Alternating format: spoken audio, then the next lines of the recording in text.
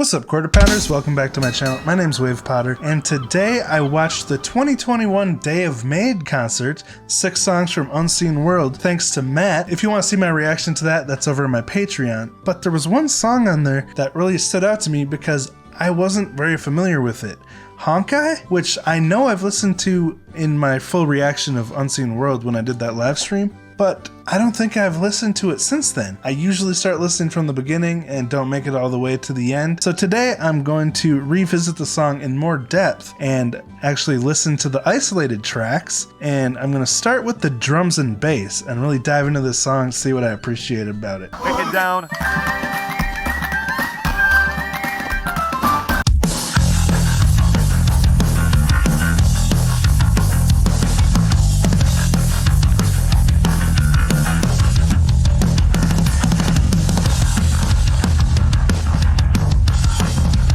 First thing that really stands out to me about this song is Akane's drums.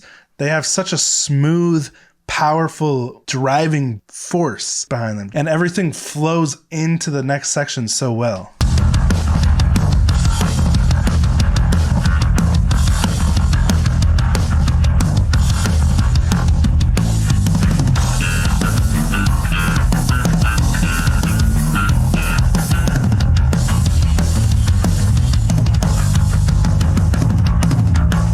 Dang, the way the drums and bass work together in that part.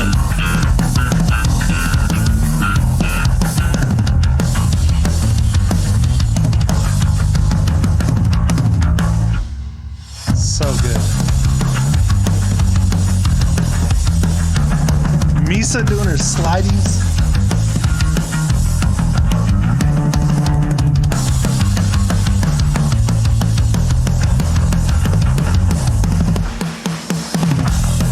Right there. Okay, this whole section here, Akane is playing. There's so many different patterns and textures to it, but they all flow into each other so nicely, the way she connects them.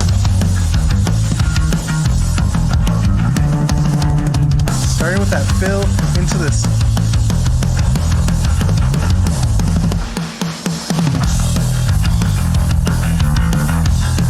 That's so good.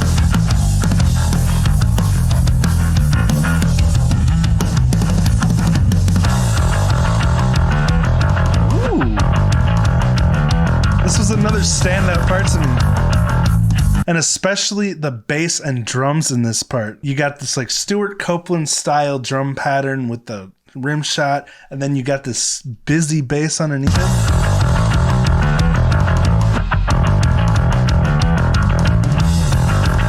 It's almost like two styles of music coming together, because it's like that reggae-ish style on the drums, but then the bass is super driving rock. Really interesting combination.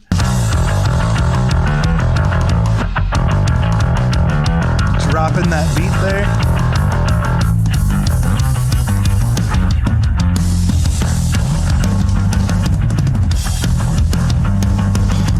Again, Akane.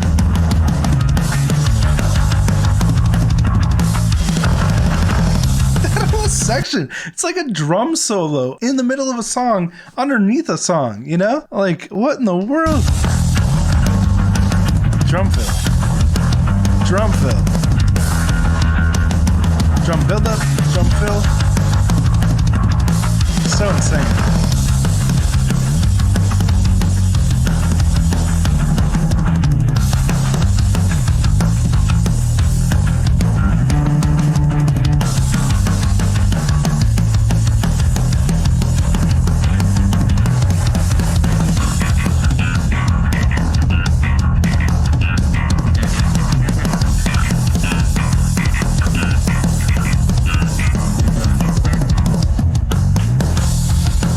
Dang, the drums and bass just so in sync for that part.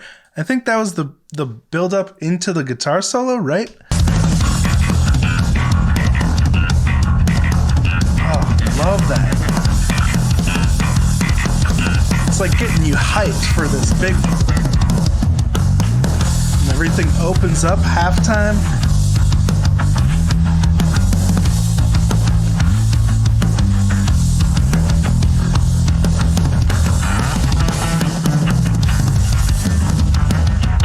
Yes! And then this part. Again, you have this sick drum fill. It's almost like a solo because it's in the solo section. A tiny little drum solo to connect to the next part where it's call and response between the guitar and the bass, but it's more driven by the bass, so it's kind of like a bass solo, but it has a totally different vibe and feel than the first part of the guitar solo here. Like the drum pattern kind of is playing after this drum fill compared to what she's playing before it. It's halftime. Then we go into this driving rock again.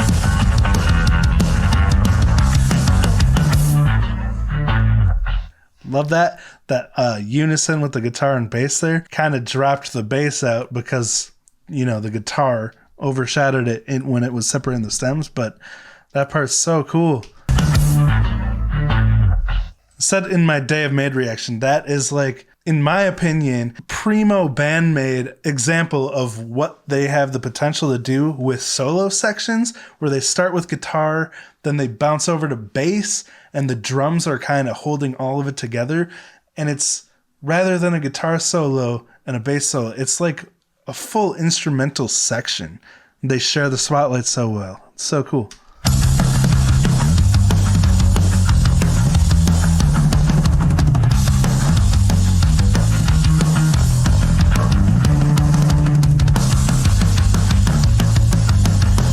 Drums have so much power behind them.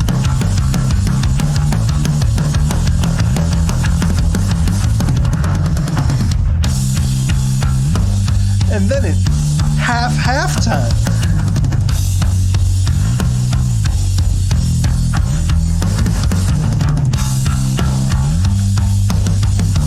This is another part where I was talking about what Champ was saying during our Baby Metal teaser reaction this past Sunday. When you have a lot more kick and then there's huge spaces between when the snare comes down, just opening up the beat so much, it makes it sound so epic. And then knowing Akane, she only does that for so long before she double times it again. You have this big open, just like huge. But then she double times it, giving it so many different feels.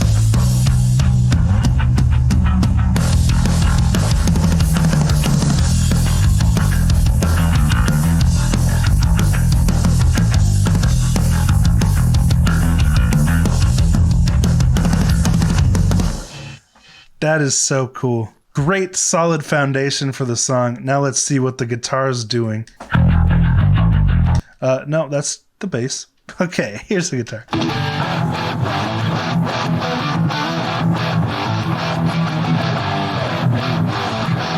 I love how Konami switches between doing power chord driven riffs and then she'll have like a palm muted little lick with single notes. Do-do-do-do-do.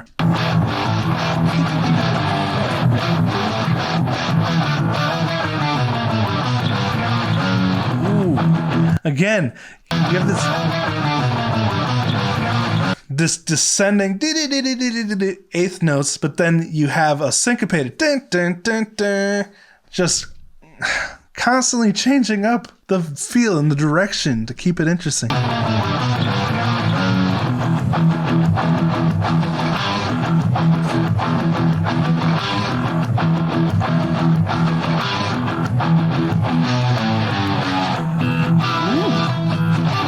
Oh, the tapping. That's a cool touch. Ascending and build up.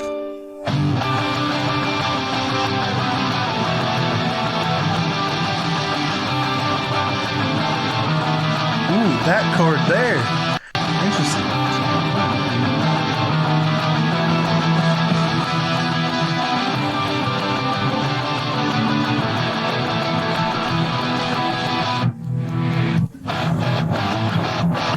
Such a banger of a riff.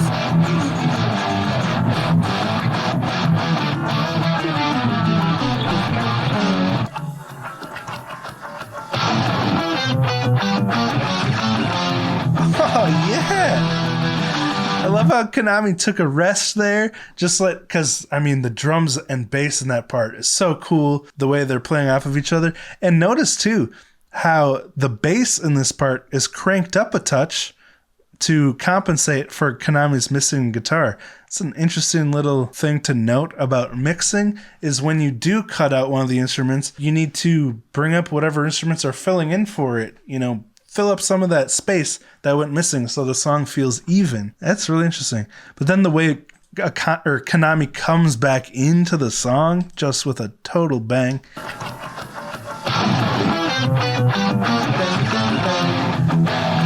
Really cool intervals. What is that?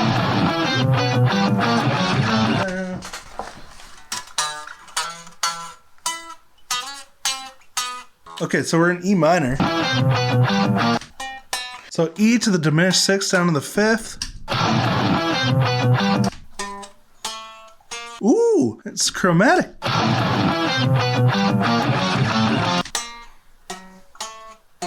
Oh, that's really interesting. So that's all chromatic.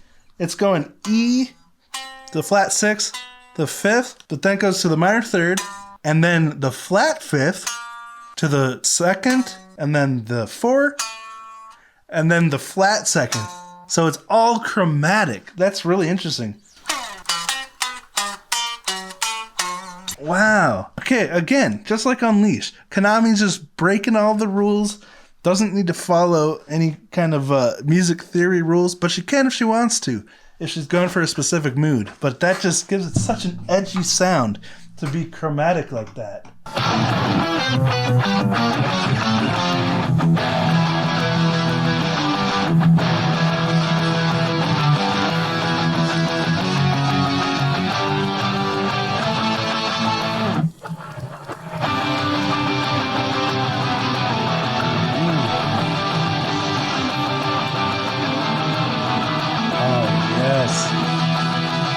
Here's another thing I love is the way Konami layers guitars during a chorus. And I think I talk about this every time I listen to isolated tracks like this. But she does so many guitar layers, which she has the power chords playing the... And then she has the lead guitar on top of it playing octaves to give each chord context, to give each chord movement. And it'll move more than the power chords under it. So it just gives it so much life underneath the chorus. But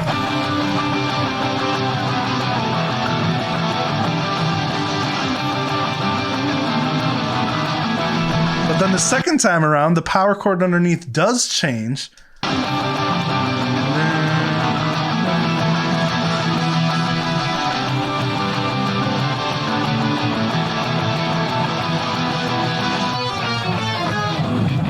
Another chromatic dissension.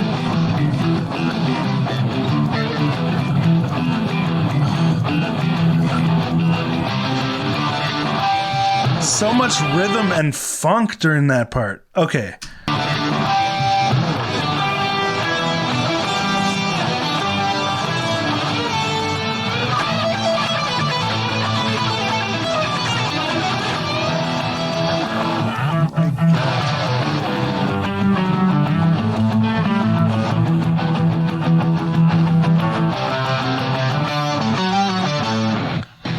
I love that part so much.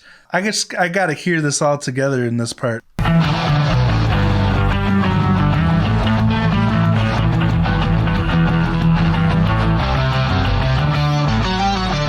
There's such great layering.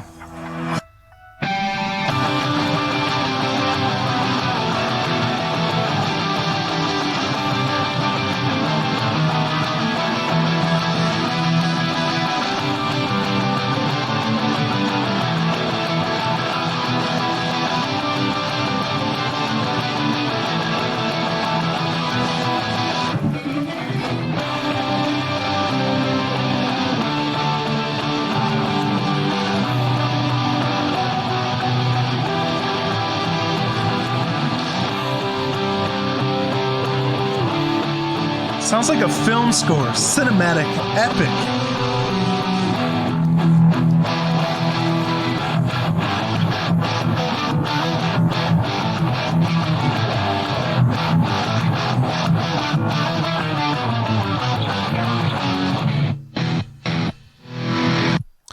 Konami's such a master of giving her guitar dynamic through her playing style, whether she's playing open chords, palm muted chords, pinched notes, just so good at giving her guitar texture and dynamic, changing up the sounds, just completely different vibes throughout the song. So good. Okay, now the vocals. And thank you, Yellow Clip, for this vocal track. The vocals will feel a lot cleaner.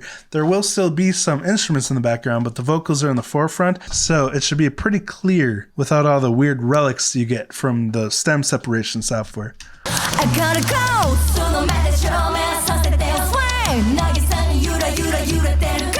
Knock, knock, knock. What does it say? I wanna know, no.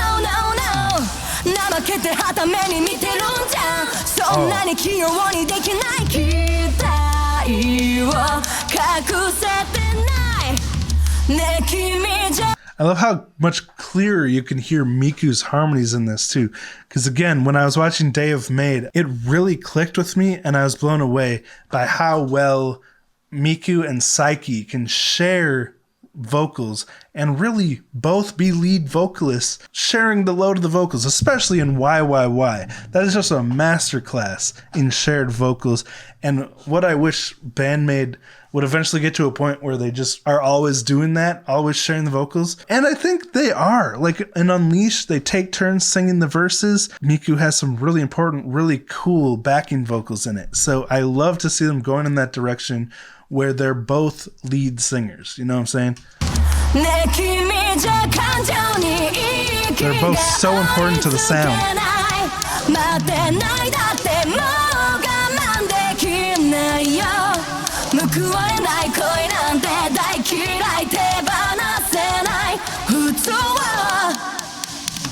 Oh, beautiful melodies in that chorus.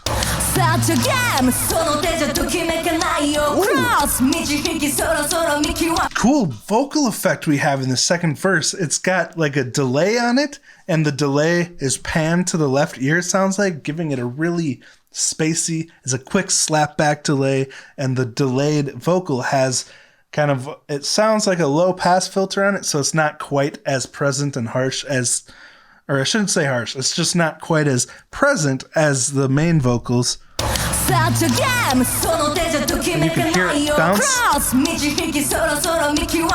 think that's a legit double track. What does it mean? You don't wanna know, no. Miku's backing vocals add so much to the song. Don't wanna know, no.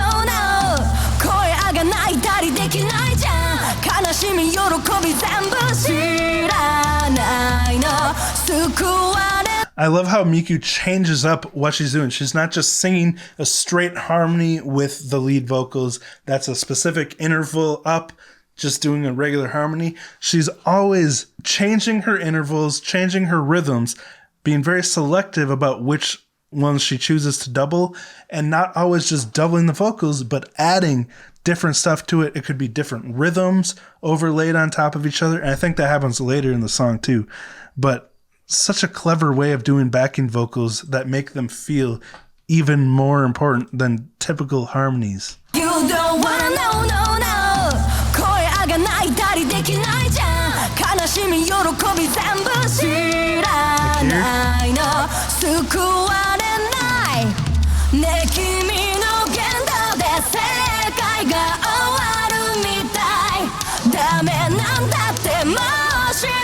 I love how you can hear so much of the resonance from Akane's tom-toms in the vocal track here.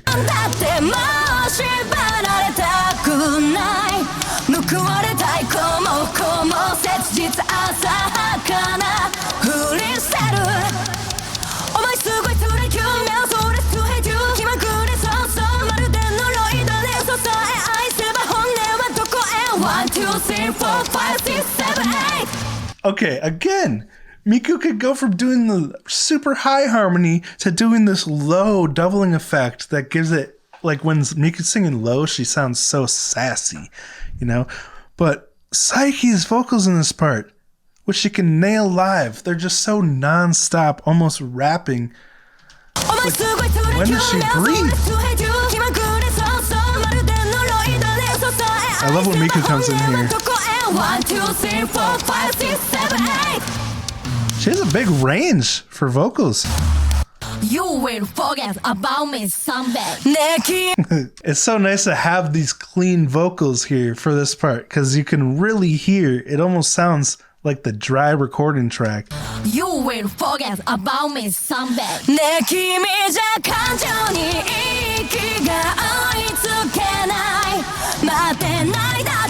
Even the delay is coming through beautifully.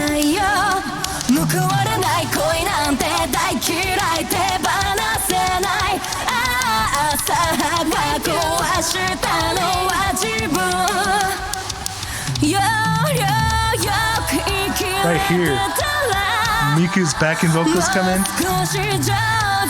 This part's already so epic with the drums becoming massive, the guitar like a film score, and then you have Miku's backing vocals in this part that just give it such a nice layer of, how do you describe this sound? Just like cinematic, gorgeous.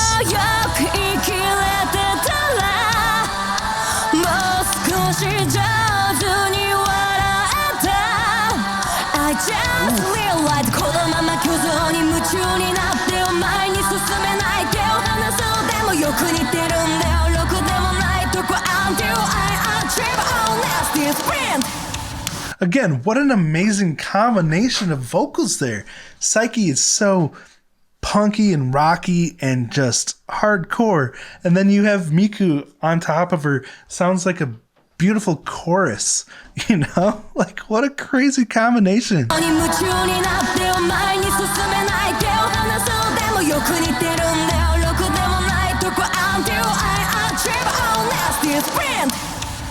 Dang, wild song. I'm so glad that Matt had me watch The Day of Maid because I totally forgot about this song. It's been, 9 months since I first listened to all of Unseen World? I feel really embarrassed that I haven't listened to this song more, but I'm glad to be diving deeper into it today. So, silver lining, I guess. Anyway, thank you so much for watching this. I really appreciate it. Pound like if you did enjoy this so more people can see it that would enjoy it. And I hope you're all doing well today. Again, if you want to see my reaction to the Day of Maid 2021, that's over on my Patreon now. And also, if you'd like to help support what we do, the Gaijin guys, spreading the word about Japanese music, go check out HelloFresh and use the link in the description and the code below, especially if you're looking for a way to stay more regular with your meals and stuff. They are sponsoring us for the next 2 weeks. It would really help us out with the podcast, and I know from experience that it'll help you stay more regular with eating healthy meals. I know it's done that for me and Rosie, so the link for that is below. That's where I'm going to wrap this up. So thanks for watching. I'll talk to you next time.